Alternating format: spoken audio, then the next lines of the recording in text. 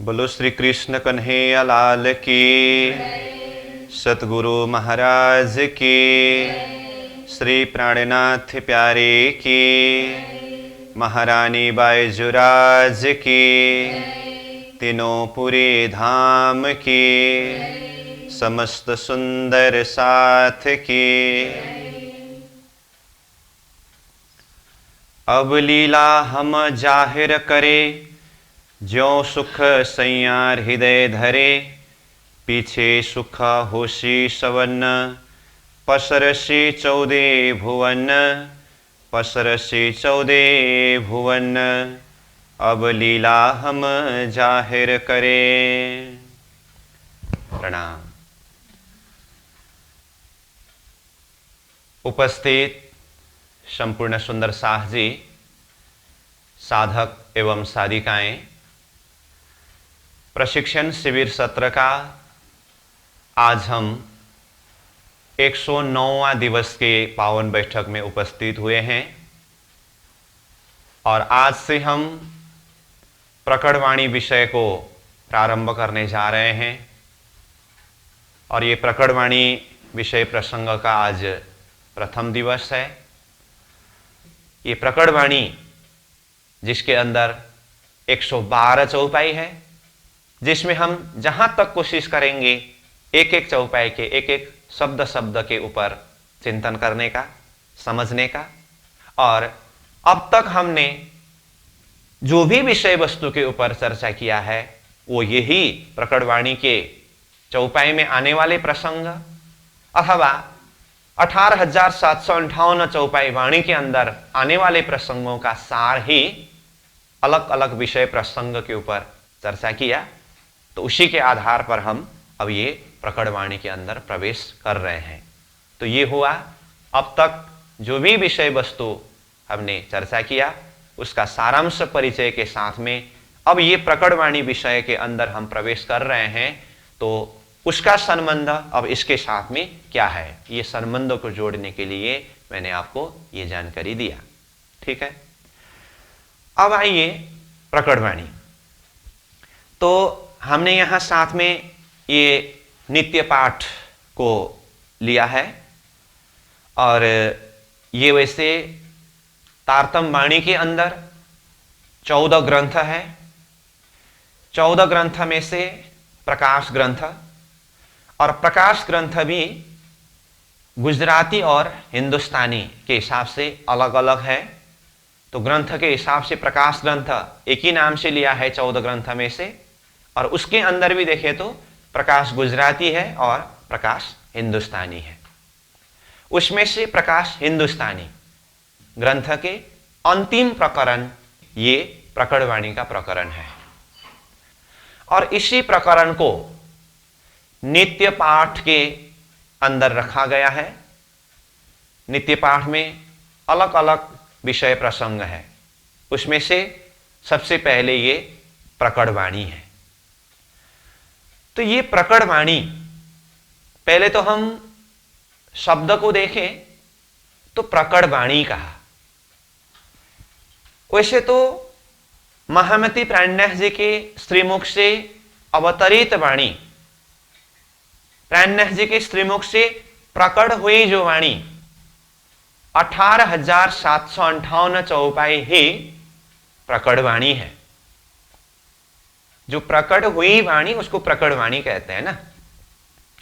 परंतु वो 18,758 चौपाई महामती प्राणनाथ जी के श्रीमुख से प्रकट हुई है, वो सब प्रकटवाणी है, उस भाव से हम समझ सकते हैं। लेकिन ये प्रकरण के लिए विषय शीर्षक ही प्रकटवाणी के नाम से ही रखा है।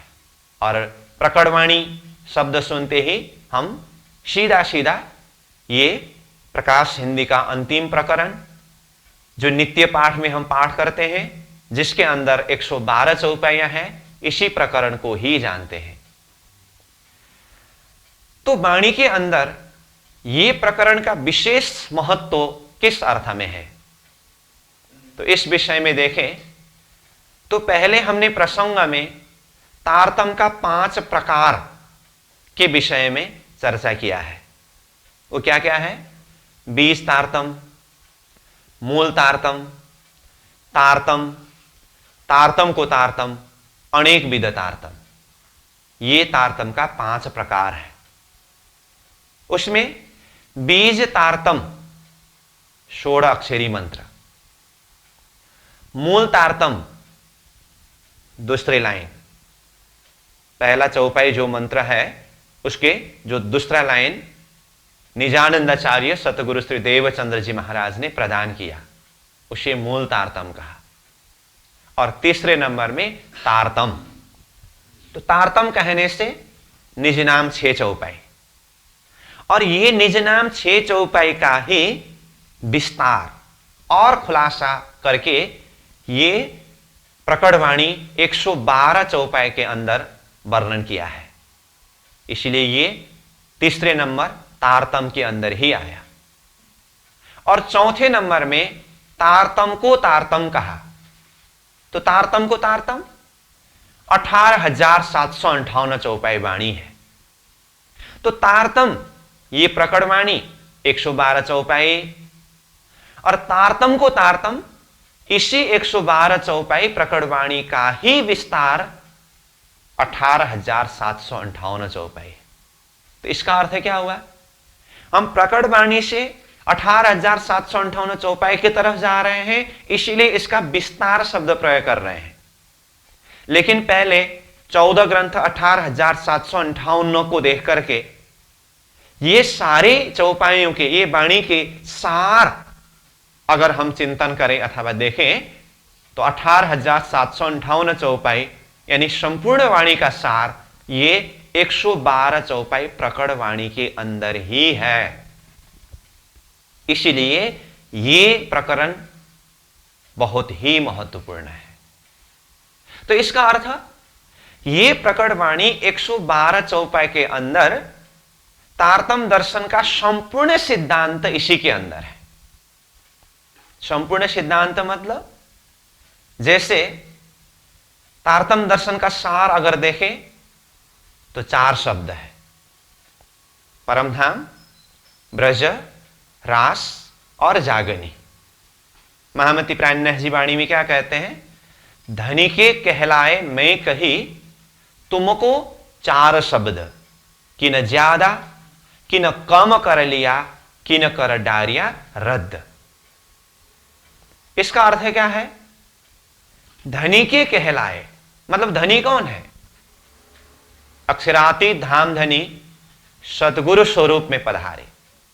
इंद्रावती आत्मा कहते हैं भेष बदल आए धनी साक्षात। वो धाम धनी स्वरूप सतगुरु स्वरूप में पधारे, वो धनी के कहलाए मैं कही। इंद्रावती आत्मा कहते हैं जो सतगुरु महाराज ने मुझे कहा वही बात मैं आपको बता रहा हूं। क्या? तुमको 4 शब्द, वही 4 शब्द। तो वो 4 शब्द क्या है? जैसे हमने पहले ही कहा, परमधाम, ब्रज, रास और जागनी, ये 4 शब्द। तो यहां प्राणनाथ जी ने जो 4 शब्द प्रयोग किया है, संपूर्ण तारतम दर्शन का सार ही ये 4 शब्द के अंदर ही है।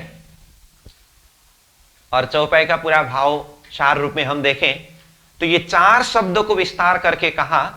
तो आगे कहते हैं इसको कि न ज्यादा, किसी ने इसको ज्यादा ही विस्तार करके लिया, कि न कम, किसी ने थोड़ा कम करके भी लिया, कि न कर डारिया रद्द, किसी ने तो उसको रद्द ही कर दिया। तो पहले हमने 3 सृष्टि के विषय में चर्चा कर चुके हैं। तो ये धनी के वाणी को जितना धनी ने बताया उसको और विस्तार करके चिंतन करके लेने वाले कौन है? ब्रह्म सृष्टि। कि न ज्यादा, ज्यादा करके लेने वाले, कि न कम, किसी ने थोड़ा कम करके लिया, तो ये कौन है? ईश्वरी सृष्टि। कि न कर डारिया रद्द, किसी ने तो पूरा रद्द ही कर दिया, तो ये कौन है? जीव सृष्टि। तो ये तो चौपाई प्रसंग में मैंने थोड़ा सा बताया हूं। लेकिन यहां मुख्य रूप में मैं ये बताने जा रहा हूं, तारतम दर्शन का सार 4 शब्द के अंदर है। परमधाम, ब्रज, रास, जागनी। ठीक है। अब ये 4 शब्द जो सार शब्द है, इसी का विस्तार 18,758 चौपाई वाणी है। लेकिन अब 18,758 चौपाई वाणी को अध्ययन करने के लिए, समझने के लिए मेहनत भी काफी करना पड़ेगा और समय भी लगेगा। तो वो वाणी का संपूर्ण सार तत्व को हम चिंतन करें, अध्ययन करें और समझें तो कहां से संभव है? तो वो ये प्रकट वाणी 112 चौपाई के द्वारा संभव है। जो तारतम का सार 4 शब्द के विषय में हम बात कर रहे हैं, वही 4 शब्द का विस्तार ये प्रकट वाणी के अंदर ही है। तो यहां परमधाम की बात भी है, ब्रज की बात भी है, रास की बात भी है और जागने की ब्रह्मांड की बात भी है प्रकट वाणी के अंदर। इसीलिए यह प्रकट वाणी सिद्धांत का सार है। संपूर्ण सिद्धांत को हम सार रूप में पकड़ने के लिए, समझने के लिए हम ये प्रकट वाणी के आधार पर समझ सकते हैं। और मैं पूरा विश्वास के साथ में आपको यह कह सकता हूं, प्रकट वाणी के अंदर जो 112 चौपाई है, इस चौपाई के अंदर की प्रत्येक एक एक शब्द को पूरा प्रसंग सहित समझ करके हम इसको अंतर हृदय में बिठाएं।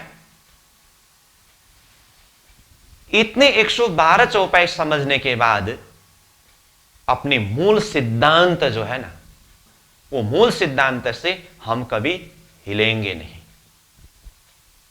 जो मेरुदंड है सिद्धांत का मूल, तो ये प्रकट वाणी के माध्यम से ही हम समझ सकते हैं।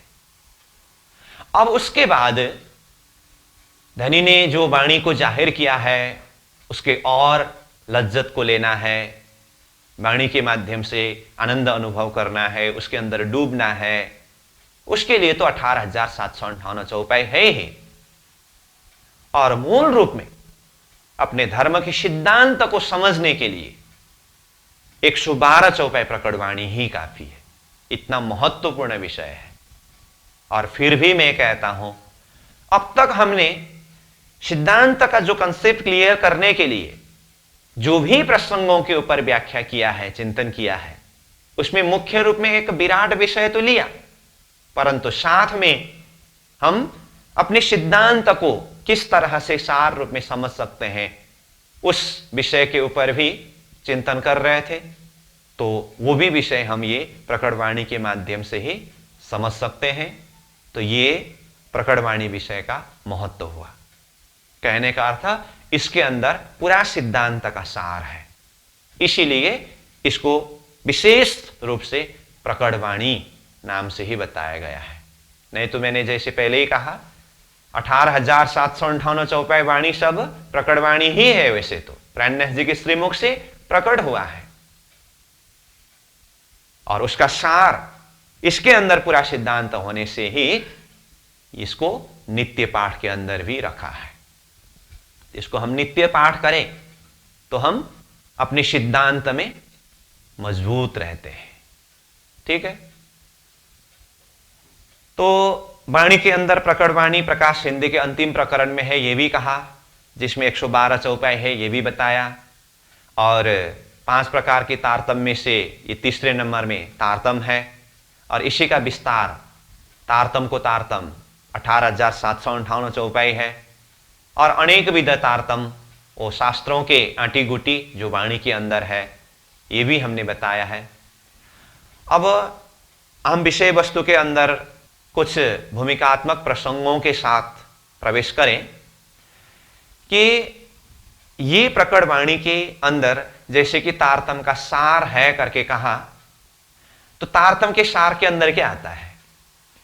जैसे कि हमने पहले क्या कहा, तारतम वाणी में जो 18,758 चौपाई है, उसमें लगभग 6,000 चौपाई विराट संबंधी है, लगभग 6,000 चौपाई चरचनी संबंधी है, लगभग 6,000 चौपाई बीतक संबंधी है। कहा ना, इसका मतलब वाणी के अंदर विराट भी है, वृत्ति भी है और बीतक भी है। तो वही वाणी का सार ये 112 चौपाई प्रकट वाणी करके बोल रहे हैं। इसका मतलब ये प्रकट वाणी के अंदर विराट है कि नहीं? विराट भी है। और यही प्रकट वाणी के अंदर बीतक भी है, और यही प्रकट वाणी के अंदर चरचनी भी है। अभी मैं खाली भूमिका के रूप में बता रहा हूं। विषय वस्तु के अंदर चौपाई के अंदर प्रवेश करने के बाद हम एक एक चौपाई को चिंतन करते हुए, ये चौपाई विराट संबंधी है, वृत्ति संबंधी है यानी कि चरचनी संबंधी है, या बीतक संबंधी है, ये प्रकट वाणी की प्रत्येक एक चौपाई में भी उस तरह से चिंतन करना होता है। तो उसी के लिए मैं अभी शुरुआत में ही बोल रहा हूं, जैसे 18,000 वाणी के अंदर तो विराट, चरचनी और बीतक कहा, तो उसी वाणी का सार सिद्धांत प्रकट वाणी को हम बोल रहे हैं। तो ये प्रकट वाणी के अंदर भी पूरी तरह से विराट का सार है, चरचनी का सार है, बीतक का सार है। इसीलिए 112 चौपाई तो है, लेकिन समझने में बहुत ही मेहनत करना पड़ेगा, क्योंकि यहां तो बिल्कुल सूत्र रूप में है ना, सूत्र रूप में है। एक एक शब्द शब्द को समझने के लिए काफी प्रसंगों को चिंतन करना होता है। फिर भी मैं आपको यह विश्वास दिलाना चाहता हूं, हमने 108 दिन तक इसी के लिए एक तैयारी के रूप में विषय वस्तु के ऊपर चर्चा करते आए। उसके आधार पर ही यह विषय वस्तु प्रसंग यहां चर्चा किया जाएगा। नहीं तो खास करके देखें तो विराट विषय पूरा होने के बाद तो चरचनी विषय के अंदर प्रवेश करना था। विराट विषय पूरी होने के बाद वृत्ति है ना, वो चरचनी है, चरचनी के अंदर प्रवेश करना था। लेकिन विराट विषय पूरा करके ब्रह्म सृष्टियों की पद्धति करके उस तरफ गए हम, फिर ये प्रकट वाणी करके अब इस तरफ प्रस्थान कर रहे हैं। इसका कारण क्या है? हम किस तरह से सहजता के साथ में अपने मूल सिद्धांत को समझ सके और साथ में वाणी की चौपाई के रस को भी पान कर सके। अब हम जब एक एक चौपाई चौपाई के आधार पर चिंतन करते जाएंगे, तब अंतरात्मा में यह दृढ़ विश्वास होगी कि इससे पहले जितनी भी विषय वस्तु के ऊपर हमने चर्चा किया था वो वाणी के आधार पर ही था। अंतरात्मा को साक्षी देगी तब। नहीं तो वैसे मैं पहले से ही बोलने के लिए तो बोल रहा हूं, वाणी के आधार पर ही है, चौपाई में इस तरह से आने वाले हैं करके। लेकिन जिसने आंखों देखी हाल एक एक चौपाई को उस भाव से अध्ययन नहीं किया है, तो एक प्रकार का होगा, विश्वास है, फिर भी अंदर से एक आत्मा बल से ही जो एक दृढ़ विश्वास होता है ना, वो नहीं रहता है। जो हम एक एक चौपाई चौपाई के आधार पर उन्हीं प्रसंगों के ऊपर जोड़ देते हुए जब विषय वस्तु को क्लियर करते जाएंगे, तो हृदय में सिद्धांत के ऊपर, विषय वस्तु के ऊपर और ज्यादा प्रकाश का भी अनुभव होता है, और साथ में चौपाई के माध्यम से हमारे विश्वास को भी और दृढ़ कराते हैं। ये मकसद है। इसीलिए ये प्रकट वाणी को हम प्रारंभ कर रहे हैं।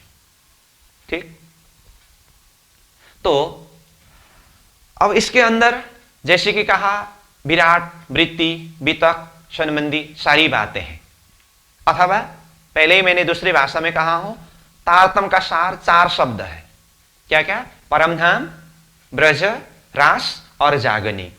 ये चारों लीला प्रसंग, विषय प्रसंग ये प्रकट वाणी के अंदर है।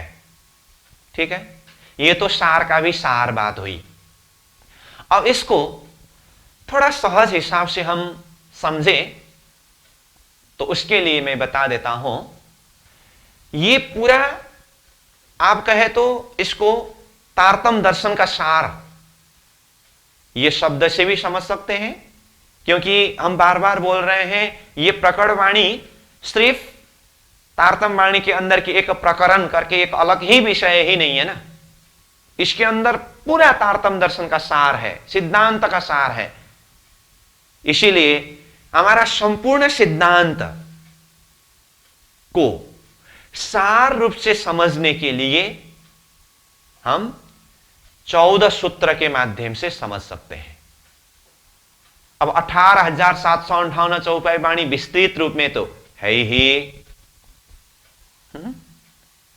और उसका सार 112 चौपाई में ये प्रकटवाणी तो है ही, और ये 112 चौपाई प्रकटवाणी के अंदर भी एक एक शब्द, एक एक चौपाई सूत्र रूप में यहां है।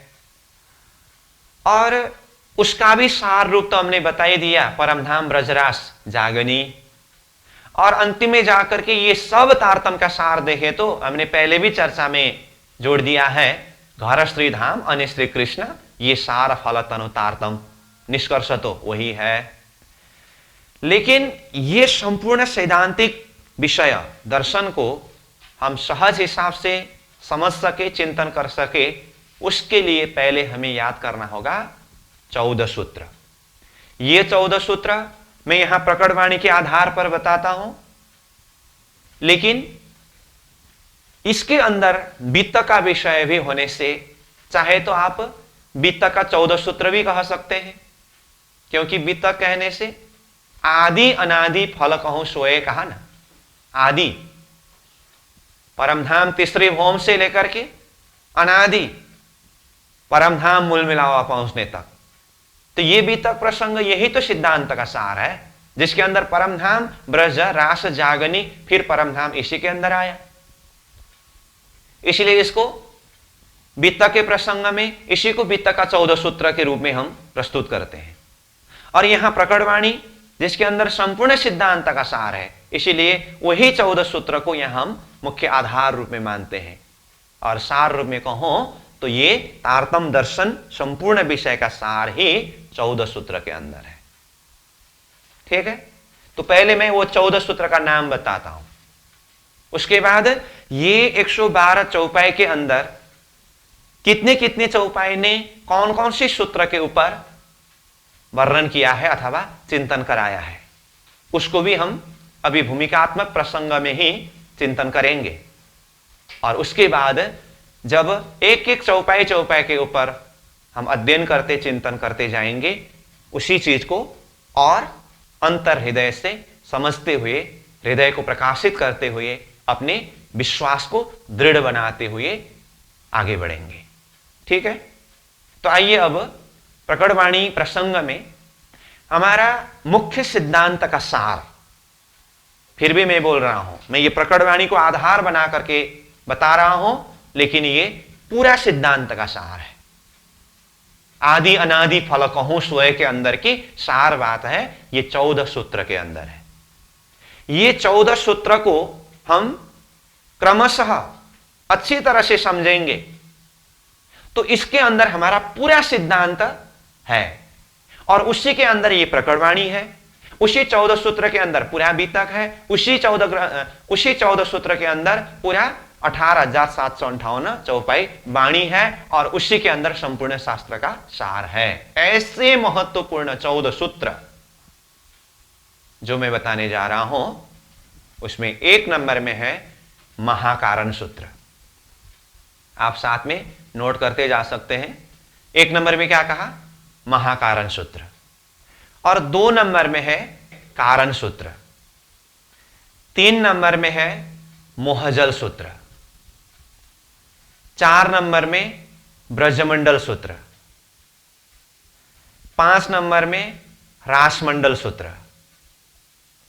6 नंबर में अंतर्धान सूत्र। 7 नंबर में प्रतिबिंब सूत्र। 8 नंबर में अवतार सूत्र। 9 नंबर में ब्रह्मात्मा सूत्र। 10 नंबर में दर्शन सूत्र। 11 नंबर में जागनी सूत्र। 12 नंबर में आश्चर्य सूत्र। 13 नंबर में पंचस्वरूप महामती सूत्र। और 14 नंबर में ब्रह्म लीला सूत्र, ये है 14 सूत्र। ठीक है। अब इसके साथ में मैं ये प्रकट वाणी में कितने नंबर चौपाई से कितने नंबर चौपाई तक कौन कौन से सूत्र आता है वो भी बता देता हूं। पहले तो मैंने फटाफट 14 सूत्र का नाम बताया, अब वही 14 सूत्र यहां चौपाई में कितने चौपाई से कितने चौपाई तक महाकारण सूत्र, कितने चौपाई से कितने चौपाई तक कारण सूत्र। तो इस तरह से ये भी हम सार रूप में देख के रखेंगे। मैं अभी खाली भूमिकात्मक प्रसंगों के ऊपर चर्चा कर रहा हूं। ठीक है। तो जैसे हमने प्रारंभ किया था चौपाई, अब लीला हम जाहिर करे जो सुख सैया हृदय धरे, पीछे सुख होशी सवर्ण पसर से 14 भुवन करके। तो ये प्रकटवाणी का पहला चौपाई है। ठीक है। तो ये पहला नंबर में हमने 14 सूत्र में से महाकारण सूत्र कहा। तो महाकारण सूत्र में चौपाई नंबर 1 से लेकर चौपाई नंबर 11 का दूसरा चरण तक, यहां तक महाकारण सूत्र है। दूसरा चरण कहने का मतलब एक चौपाई में 4 चरण होता है ना, तो एक चौपाई में 4 चरण होता है। 4 चरण में से 2 चरण, पहला चरण और दूसरा चरण, यहां तक महाकारण सूत्र है। इसलिए मैंने कहा पहला चौपाई से 11वीं नंबर चौपाई का दूसरा चरण तक महाकारण सूत्र है। इसका मतलब 11वीं नंबर चौपाई के तीसरे चरण से कौन से सूत्र शुरू होता है? दूसरा सूत्र कारण सूत्र शुरू होता है। इसीलिए दूसरे नंबर कारण सूत्र में 11 नंबर चौपाई से, अगर आप खाली चौपाई को ही लिखेंगे तो महाकारण सूत्र में पहला चौपाई से 10 नंबर चौपाई तक इस तरह से नोट कर सकते हैं, और कारण सूत्र में 11 नंबर चौपाई से करके लिख सकते हैं। लेकिन मैं उसको भी और डिटेल बता रहा हूं कि बाद में वो चौपाई के अंदर भी एक एक चरण सूत्र रूप में होता है, इसलिए एक सूत्र भी बहुत गहराई तक ले जाने वाले होते हैं। इसलिए मैं चरण को भी अलग करके बता रहा हूं। तो जैसे कहा महाकारण सूत्र में पहला चौपाई से 11 नंबर चौपाई के दूसरे चरण तक। उसके बाद दूसरा सूत्र कारण सूत्र। तो कारण सूत्र है 11 नंबर चौपाई के तीसरे चरण से, तीसरे चरण मतलब तीसरे चरण और चौथे चरण भी 11 नंबर का वो कारण सूत्र में आया ना, तो वहां से लेकर के चौपाई नंबर 17 का दूसरा चरण तक, 17 नंबर चौपाई के दूसरे चरण तक, ये दूसरा सूत्र कारण सूत्र के अंतर्गत है। उसके बाद तीसरे नंबर में कौन सा सूत्र है? मोहजल सूत्र। मोहजल सूत्र चौपाई नंबर 17 का तीसरे चरण से चौपाई नंबर 19 का दूसरे चरण तक। तो ये पहला दूसरा तीसरा चौथा चरण बोल रहे हैं ना, इसको नोट करने के लिए हम सहज भाषा में पहला चरण को ए, दूसरे चरण को बी, तीसरे चरण को सी, चौथे चरण को डी, इस तरह से नोट करते हैं। एक समझने का एक सिस्टम है उसको। तो इसीलिए आप चाहे तो ये मोहजल सूत्र जैसे कि मैंने कहा 17 नंबर चौपाई के तीसरे चरण से 19 नंबर चौपाई के दूसरे चरण तक, मतलब 17 के सी से 19 के बी तक करके लिखे तो आप समझ सकते हैं। उसके बाद चौथा सूत्र है ब्रजमंडल सूत्र। तो ये ब्रजमंडल सूत्र चौपाई नंबर 19 का तीसरे चरण से 28 नंबर चौपाई तक ब्रजमंडल सूत्र है। ठीक है। उसके बाद है 5वें नंबर में रासमंडल सूत्र। 29 नंबर चौपाई से लेकर के 34 नंबर चौपाई तक ये रासमंडल सूत्र के प्रसंग है। उसके बाद 6 नंबर में अंतर्धान सूत्र। तो अंतर्धान सूत्र चौपाई नंबर 35 से लेकर के चौपाई नंबर 41 तक। और 7वें सूत्र प्रतिबिंब सूत्र चौपाई नंबर 42 से 54 तक। उसके बाद 8वां सूत्र अवतार सूत्र। तो अवतार सूत्र है चौपाई नंबर 55 से चौपाई नंबर 58 का दूसरा चरण तक। ठीक है। अब 9 नंबर में है ब्रह्मात्मा सूत्र। तो ब्रह्मात्मा सूत्र चौपाई नंबर 58 के तीसरे चरण से चौपाई नंबर 64 तक। उसके बाद 10वां नंबर सूत्र दर्शन सूत्र। दर्शन सूत्र है चौपाई नंबर 65 से चौपाई नंबर 75 तक। उसके बाद है 11 नंबर सूत्र जागनी सूत्र। जागनी सूत्र है चौपाई नंबर 76 से चौपाई नंबर 77 का दूसरा चरण तक, यानी कि एक चौपाई और दूसरे चौपाई का 2 चरण ने ये जागनी सूत्र का प्रसंग कवर किया है। और 12 नंबर सूत्र है आश्चर्य सूत्र। आश्चर्य सूत्र है चौपाई नंबर 77 का तीसरे चरण से चौपाई नंबर 94 तक। और उसके बाद 13वीं नंबर सूत्र है पंचस्वरूप महामती सूत्र। उसके लिए चौपाई नंबर 95 से लेकर के चौपाई नंबर 106 तक ये पंचस्वरूप महामती सूत्र। और उसके बाद 14वां सूत्र ब्रह्म लीला सूत्र है और ये अंतिम सूत्र है। ये चौपाई नंबर 107 से लेकर के चौपाई नंबर 112 यानी कि अंतिम चौपाई तक है। तो इस तरह से ये 14 सूत्र के अंदर ही 112 चौपाई प्रकटवाणी हम चिंतन कर सकते हैं। ठीक है।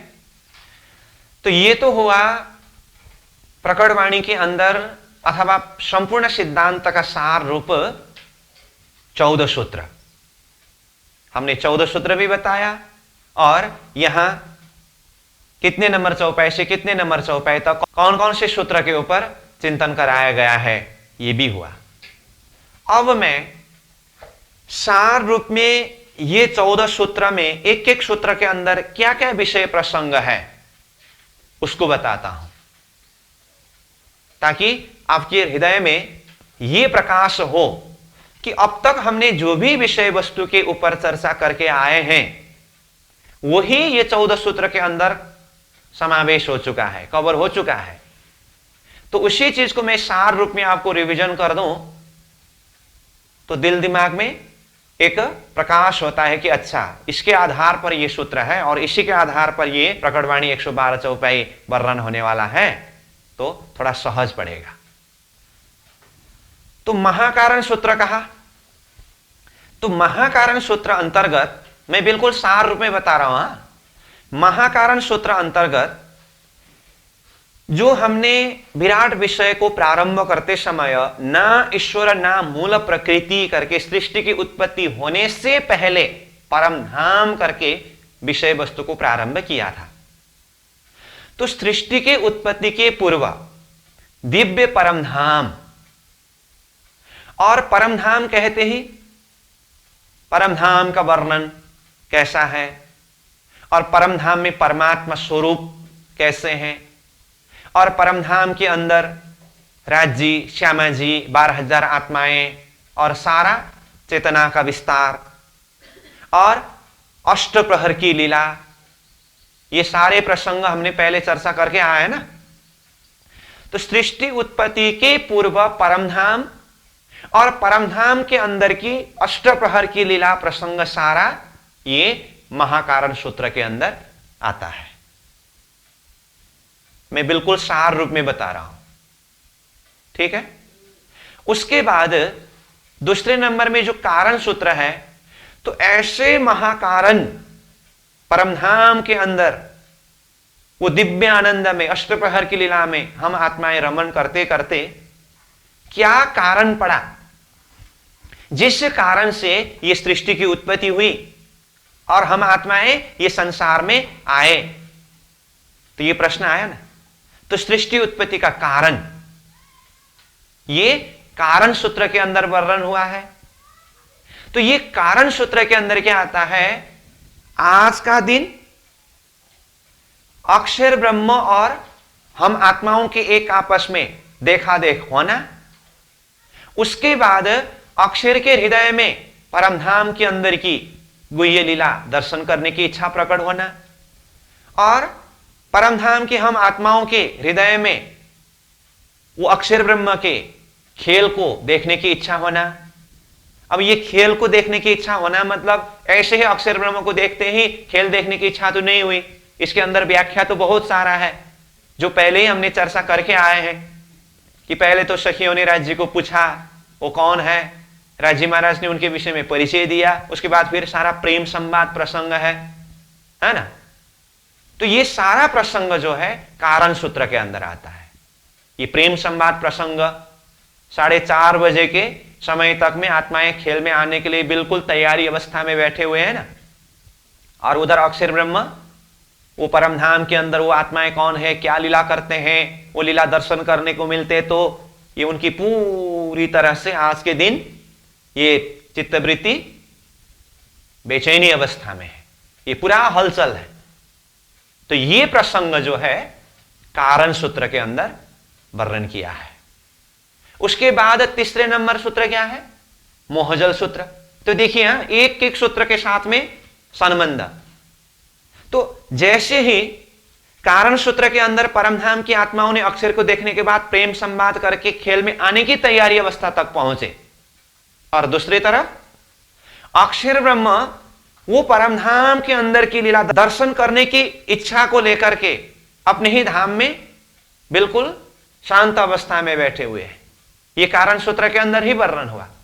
तो ये कारण सूत्र के बाद तुरंत अब मोहजल सूत्र तीसरे नंबर में, मतलब अब अक्षर ब्रह्म को अक्षरातीत श्रीराज जी महाराज ने मोह अज्ञान भर्मना कर्म काल और शून्य ये नाम सारे नींद की निराकार निर्गुण फरामशी का पर्दा डाल दिया। तो अक्षर ब्रह्म भ्रमित होकर के मोहरूपी जल के अंदर निर्जीव अंडा, फिर उसमें चेतन प्रवेश होकर के अंडा फोड़ करके सजीव होना, आदि नारायण की पैदा होना, एक ओम बहुश्याम कह करके सृष्टि विस्तार करना, ये सारा विराट प्रसंग में हमने सृष्टि विस्तार प्रसंग का वर्णन किया है कि नहीं किया।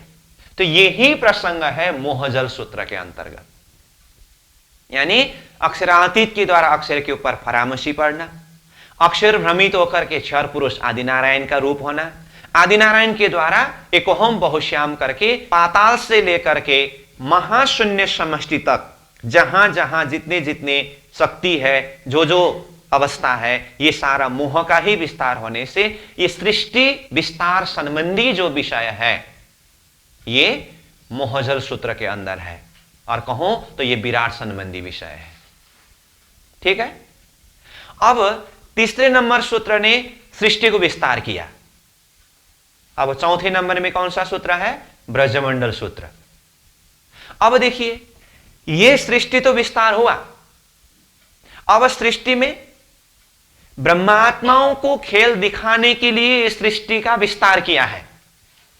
और यहां स्टेज बनने की जो बात हमने पहले प्रसंग में चर्चा किया था ना, तो स्टेज बनते बनते ब्रह्मा जी के दूसरे परार्ध के 28वें द्वापर के समय तक यहां स्टेज तैयार करने की जीव की एक लीला चलती रही। अब जैसे ही यहां पूरी तरह से स्टेज तैयार हुआ, अब यही मोहजल रूपी सृष्टि के अंदर दिव्य परमधाम के 12,000 ब्रह्मात्माओं की सुरता ब्रजमंडल में ब्रजबधू के रूप में अवतरण हुए, और हम आत्माओं को खेल दिखाने के लिए स्वयं अक्षरातीत धामधनी ब्रजमंडल में श्री कृष्ण जी के स्वरूप में पधारे।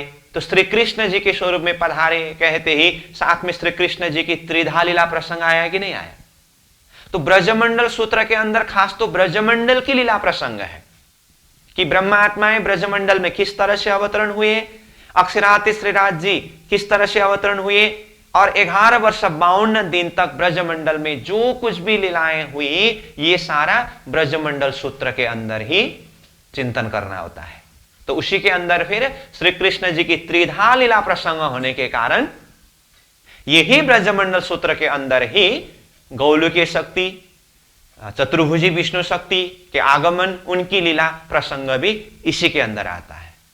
तो मोहरूपी सृष्टि के अंदर परमधाम की ब्रह्मात्माएं सर्वप्रथम ब्रजमंडल में आए और 11 वर्ष 52 दिन तक लीला की। ये सारा प्रसंग ब्रजमंडल सूत्र के अंदर है। तो प्रसंग जुड़ता जा रहा है ना। उसके बाद है रासमंडल सूत्र। तो ब्रजमंडल सूत्र ने 11 वर्ष 52 दिन की पूरी लीला चर्चा किया।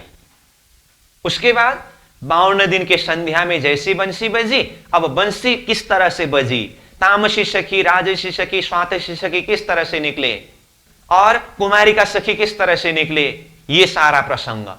और केवल धाम में योगमाया का वृंदावन किस तरह से तैयार हुआ, योगमाया का देह धारण करके, योगमाया का श्रृंगार करके रास के लिए किस तरह से तैयार हुए, ये सारा प्रसंग पहले हमने श्री कृष्ण जी के त्रिधा लीला प्रसंग में, ब्रजलीला के पश्चात रासलीला के प्रसंग में चर्चा किया कि नहीं किया। तो यही प्रसंग जो है ब्रज के पश्चात रास की प्रसंग रासमंडल सूत्र के अंदर वर्णन किया गया है। ठीक है। तो रास के अंदर आनंदमय रासलीला चलते चलते बीच में श्री कृष्ण जी अंतर्धान होते हैं। इसीलिए रासमंडल सूत्र के बाद कौन सा सूत्र आया, अंतर्धान सूत्र। तो रास में श्री कृष्ण अंतर्धान होने का प्रसंग भी बहुत ही महत्वपूर्ण प्रसंग है।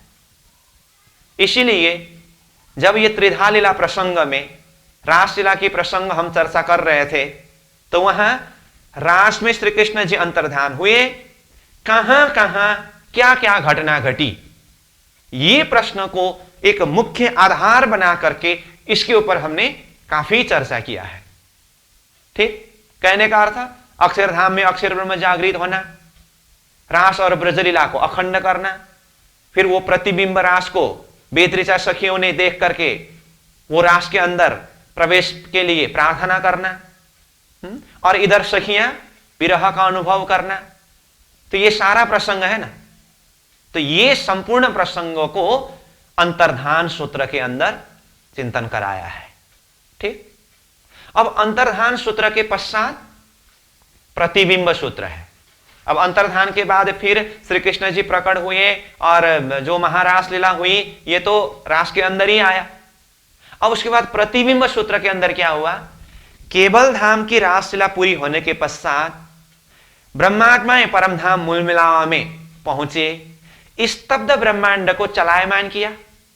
और स्तब्ध ब्रह्मांड को चलाते समय यहां 12,000 ब्रह्मात्माओं के सुरता प्रवेश वाला वजूद और 24,000 कुमारिका सखियों की वजूद के अंदर कहां की कौन सी शक्ति को लाया, अव्याकृत के स्थूल में स्थित 36,000 बेतरिचा सखियों को यहां ला करके 36,000 वजूद के अंदर प्रवेश करा करके यहां धरती में व्यवहारिक की रास लीला हुई कि नहीं। और वही व्यवहारिक की रास को ही प्रतिबिंब रास शब्द भी प्रयोग किया। इस विषय में भी हमने पहले ही विस्तृत चर्चा किया है। क्यों प्रतिबिंब रास कहा, क्योंकि ये प्रतिबिंब सखियां हैं। प्रतिबिंब सूत्र कहा ना, तो ये प्रतिबिंब सूत्र मतलब प्रतिबिंब सखी, बेतरिचा सखी। बेतरिचा सखियों को क्यों प्रतिबिंब सखी कहा, जिन आत्माओं ने प्रतिबिंब रास को दर्शन करके वो रास के अंदर प्रवेश करने की इच्छा से श्री कृष्ण जी को प्रार्थना किया और उसी के आधार पर यहां धरती में बेतरिचा सखी के रूप में आए। तो इसीलिए इन्हें प्रतिबिंब सखी कहते हैं। तो प्रतिबिंब सखियों का आना और यहां की जो व्यवहारिक रास लीला होना, उसके बाद फिर रास लीला पूरी होने के पश्चात भी 7 दिन तक गोकुल में लीला हुई। तो ये किसकी लीला है, गौलोकी श्री कृष्ण जी के साथ में ये प्रतिबिंब यानी कि बेतरिचा सखियों की लीला ही है ना। तो ये प्रसंग भी प्रतिबिंब सूत्र के अंदर ही वर्णन हुआ। उसके बाद श्री कृष्ण जी मथुरा चले गए। अब बेतरिचाओं की लीला, गौलोकी श्री कृष्ण जी की लीला ही चल रही है, इसलिए ये भी प्रतिबिंब सूत्र के अंदर ही वर्णन हुआ। ठीक। अब मथुरा में जाने के बाद 4 दिन की लीला पूरी होने के पश्चात गौलोकी श्री कृष्ण जी की शक्ति, जैसे ही श्री कृष्ण जी ने ग्वाल वेश को उतारे, साथ में वो शक्ति भी उतर गया। अब उसके पश्चात श्री कृष्ण जी के अंदर कौन सी शक्ति है, वैकुंठ धाम के भगवान विष्णु की शक्ति ही है। उस शक्ति को अवतारी कहते हैं। इसीलिए प्रतिबिंब सूत्र के बाद कौन सा सूत्र है, अवतार सूत्र है ना। तो अवतार सूत्र मतलब किसके अवतार, अक्षरातीत और गौलोकीय श्री कृष्ण जी की लीला पूरी होने के पश्चात भगवान विष्णु के अवतारी शक्ति कृष्ण अवतार के रूप में होकर के जो लीला की है ना, तो जिस शक्ति ने 14 वर्ष तक मथुरा में लीला किए और 100 वर्ष तक द्वारिका में लीला किए, तो जिसके लिए बाद में चौपाई में आएगा। अभी तो मैं खाली सार रूप में, भूमिका रूप में बता रहा हूं। मथुरा द्वारिका लीला कर जाए पहुंचे विष्णु वैकुंठ घरा करके आता है, तो ये अवतार सूत्र के अंदर आया। ठीक, तो अवतार सूत्र के अंदर श्री कृष्ण लीला भी पूरी हुई। अब उसके पश्चात 28वें कलियुग प्रारंभ हुआ और ब्रह्मात्माएं कहां है? अभी परमधाम मूल मिलाव में है। अब इन आत्माओं को फिर ये तीसरे ब्रह्मांड जागनिक ब्रह्मांड में राज्य महाराज ने भेजा। तो अवतार सूत्र ने श्री कृष्ण लीला प्रसंगों को पूरा किया। अब अवतार सूत्र के पश्चात कौन से सूत्र है? ब्रह्म आत्मा सूत्र। तो ब्रह्म आत्मा सूत्र के अंदर क्या है? ब्रज और रास लीला पूरी करके परमधाम मूल मिलावा में पहुंची हुई आत्माओं को पुनः तीसरे ब्रह्मांड जागनिक ब्रह्मांड में अवतरण कराने का प्रसंग, जिसमें सर्वप्रथम कलियुग के 4660 वर्ष के समय व्यतीत होने पर विक्रम संवत 1638 में मारवाड़ देश के उमरकोट में श्री देवचंद्र जी का प्रकट हुआ करके हमने चर्चा किया है कि नहीं किया? तो श्री देवचंद्र जी के अंदर परम नाम की 12,000 आत्माओं में से कौन सी सुरता है? सुंदरबाई सखी की वासना है, सुरता है, और साथ में श्यामा जी महारानी की शक्ति भी है। तो ये शक्ति अवतरण यानी तीसरे ब्रह्मांड जागनिक ब्रह्मांड में आत्माओं के पुनः आगमन, ये ब्रह्म आत्मा सूत्र के अंदर चर्चा किया गया है, जिसमें यहां चौपाई में सुंदरबाई सखी को एक आधार बना करके वर्णन करेंगे। लेकिन जितने भी आत्माओं के अवतरण प्रसंग है ये ब्रह्म आत्मा सूत्र के अंदर ही है। ठीक है, अब ब्रह्म आत्मा सूत्र के पश्चात दर्शन सूत्र है। तो दर्शन सूत्र में, ब्रह्मात्मा सूत्र में जैसे सुंदरबाई सखी श्री देवचंद्र जी महाराज के रूप में आए, अब उसके बाद देखिए तो बीतक जैसे ही ब्रह्म आत्मा सूत्र के द्वारा ब्रह्म आत्माओं के जागनिक ब्रह्मांड यानी कि खेल में आगमन हुए, उसके बाद दर्शन सूत्र में सतगुरु श्री देवचंद्र जी महाराज के 40 वर्ष के उम्र तक के बीतक को याद करिए तो 3 बेर दिए दर्शन करके आता है चौपाई में। तो ये 3 बेर दर्शन सिपाही के वेश में उमरकोट से कच्छ जाते समय, ब्रज का स्वरूप में भोजनगर में, और रास का स्वरूप में जामनगर में 14 वर्ष भागवत श्रवण करने के पश्चात। तो ये तो बिल्कुल सूत्र रूप में है ना।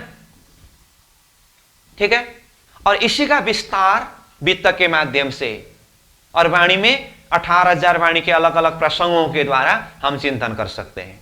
तो सिर्फ यहां शब्द आया दर्शन सूत्र, और उस प्रसंग में यहां कुछ चौपाई के माध्यम से सार रूप से वर्णन किया है। तो मतलब उसके लिए जैसे कहा सतगुरु देवचंद्र जी महाराज को 3 बेर तक अक्षरातीत धनी ने दर्शन दिया, ये दर्शन सूत्र के अंदर आया। मतलब ये सारा बीतक का प्रसंग इस तरह से जाता है। अब दर्शन सूत्र के पश्चात जागनी सूत्र। तो जागनी सूत्र में देखिए तो दर्शन देने वाला स्वरूप ने सबसे पहले नंबर तो सुंदरबाई सखी को जगाया कि नहीं, कि देवचंद्र तुम्हारा इस शरीर का नाम तो देवचंद्र है, परंतु तुम्हारे अंतरात्मा परमधाम की सुंदरबाई सखी हो। तुम पहले ब्रज मंडल में आए, रास मंडल में आए, अभी तीसरे ब्रह्मांड जागनिक ब्रह्मांड में आए हो। ये खेल तुम्हारे लिए रचा है, तुम अकेले नहीं आए हो, 12,000 तुम्हारे साथ में आए हैं, और तुम्हारा घर वो दिव्य परमधाम है। ये सारी बातें बता करके पहले सुंदरबाई सखी को जगाया। तो जागनी सूत्र के अंदर पहले स्वयं सुंदरबाई सखी की जागनी की बात है। उसके बाद वो दर्शन देने वाला स्वरूप तुम्हारे अंदर आकार में आके बैठे हम सदगुरु के हृदय के अंदर विराजमान हुए। अब सदगुरु महाराज ने फिर जागनी करने लगे। तो पहले दिन इस्लाम में गांगजी भाई धरे कदम, गांगजी भाई की जागनी की बात है। चलते चलते अब ये जागनी लीला आगे बढ़ती है। जागनी सूत्र के साथ में तुरंत आश्चर्य सूत्र आया है। ठीक है, तो क्यों? जैसे कहा पहले तो सुंदरबाई सखी को ही दर्शन देने वाला स्वरूप ने जगाया, उसके बाद सदगुरु महाराज ने गांगजी भाई को जगाने के लिए तारतम की बातें समझाने लगे, तो गांगजी भाई को आश्चर्य लगा। तब गांगजी भाई पायो अचरज मन, कौन मानसी पार के वचन, इस तरह से चौपे आता है। गांगजी भाई को आश्चर्य लगा, और ये गांगजी भाई को ही आश्चर्य नहीं लगा, गांगजी भाई को तो एक माध्यम बना करके आश्चर्य सूत्र की बात आई है। और हर कोई आत्मा एक ही बार परम धाम की बातें सुनते समय तो हर किसी को आश्चर्य तो होता ही है। तो ये आश्चर्य सूत्र के अंदर है। ठीक है। अब सदगुरु महाराज के समय में 313 आत्माओं की जागनी हुई, वो जागनी सूत्र के अंदर ही आया। बीच बीच में जिसने भी अब ये तारतम की बात, परम नाम की बात सुनकर के आश्चर्य प्रकट किया, वो आश्चर्य सूत्र के अंदर ही आया। फिर आश्चर्य प्रकट करने वाले को सदगुरु महाराज ने तारतम के माध्यम से ही समझाया और उसको पूरी तरह से जागृत कराया, ये जागनी सूत्र के अंदर ही आया। ये साथ साथ में चलते जाते हैं। और उसी के अंदर महराज ठाकुर भी आए। और महराज ठाकुर कौन है? परमधाम की इंद्रावती आत्मा। और जागनी सूत्र में स्वयं इंद्रावती की जागनी हुई। और यही जागनी के कार्य को फिर सदगुरु महाराज ने मेरे पीछे महराज इंद्रावती हाथ जागन करके जागने का कार्य किसको सौंप दिया? इंद्रावती आत्मा को सौंप दिया। और इंद्रावती आत्मा महामती प्राणनाथ जी स्वरूप श्री 5 नौतनपुरी धाम जामनगर से लेकर के भिन्न भिन्न स्थानों में धर्म प्रचार करते हुए श्री 5 पद्मावतीपुरी धाम पन्ना जी तक पहुंचे। जितने भी आत्माओं की जागनी की, ये सारा जागनी सूत्र के अंतर्गत ही है। और हर जगह हमें प्राणनाथ जी जाकर के चर्चा किए। एक अलौकिक बात, तारतम दर्शन की बात सुनते समय बहुतों ने आश्चर्य प्रकट किया ही है। ये सब आश्चर्य सूत्र के अंदर ही आता है। ठीक है। अब आश्चर्य सूत्र के पश्चात कौन सा सूत्र है? पंच स्वरूप महामती सूत्र। तो जागनी सूत्र में पहले तो स्वयं इंद्रावती की जागनी हुई, और उसके बाद इंद्रावती आत्मा स्वयं महामती प्राणनाथ जी स्वरूप में स्थापित हुए, क्योंकि इंद्रावती के हृदय के अंदर ही वो प्राणों के नाथ, प्राणनाथ अक्षरातीत धनी विराजमान है, जो स्वरूप जागनी की यात्रा में आगे बढ़ रहे हैं।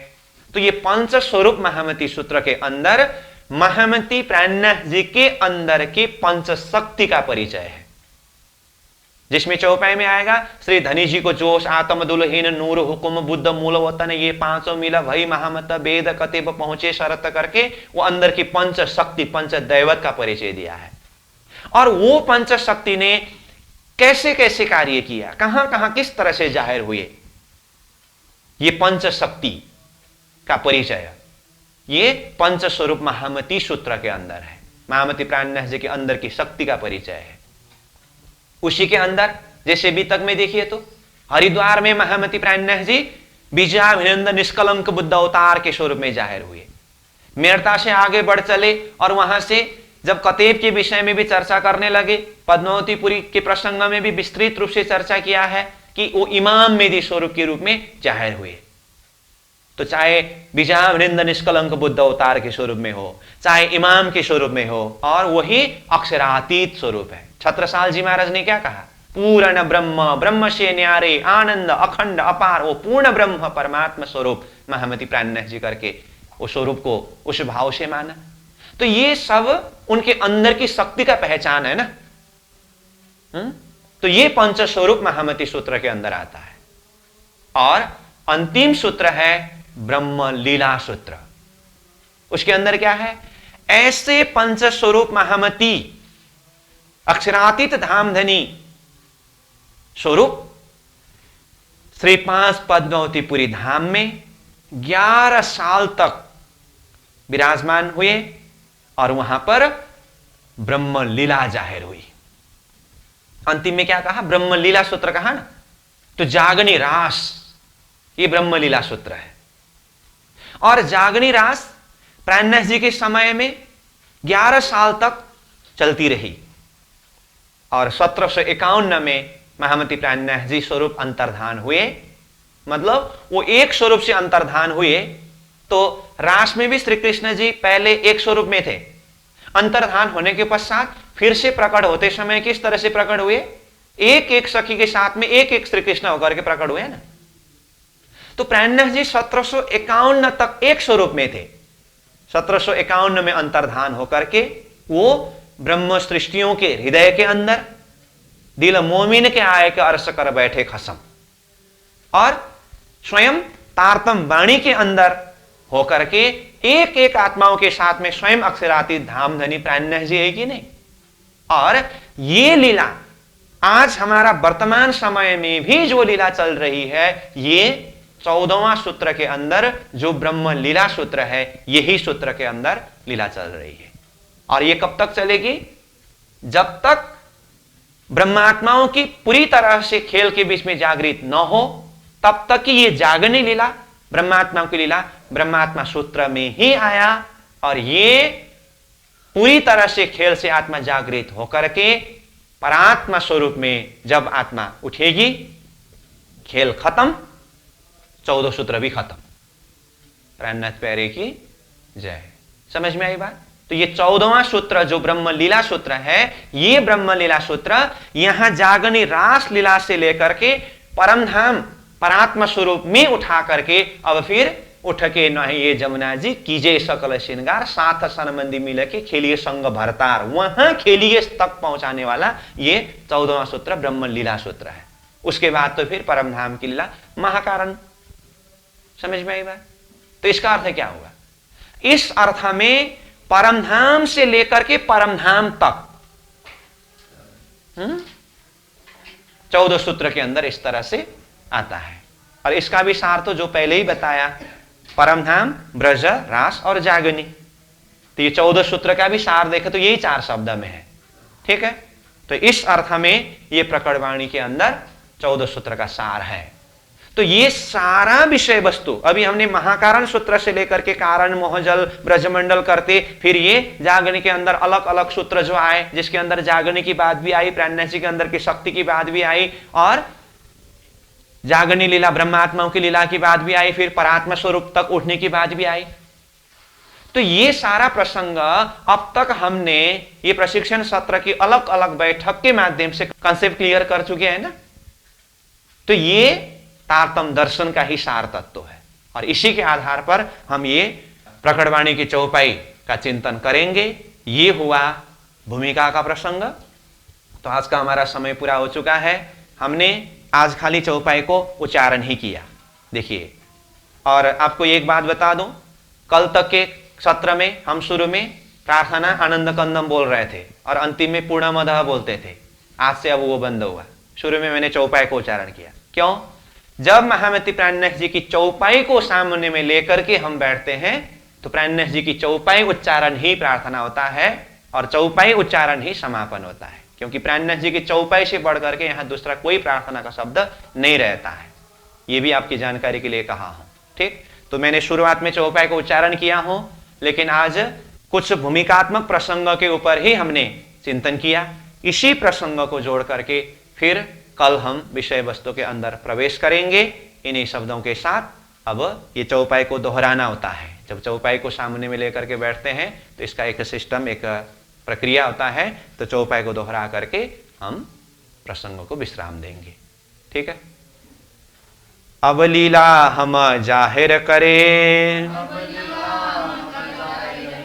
ज्यों सुख सैया हृदय धारे, पीछे सुख होशी सवना, पसर से 14 भुवन, पसर से 14 भुवन। बोलो श्री सतगुरु महाराज की, श्री प्राणनाथ प्यारे की प्रणाम।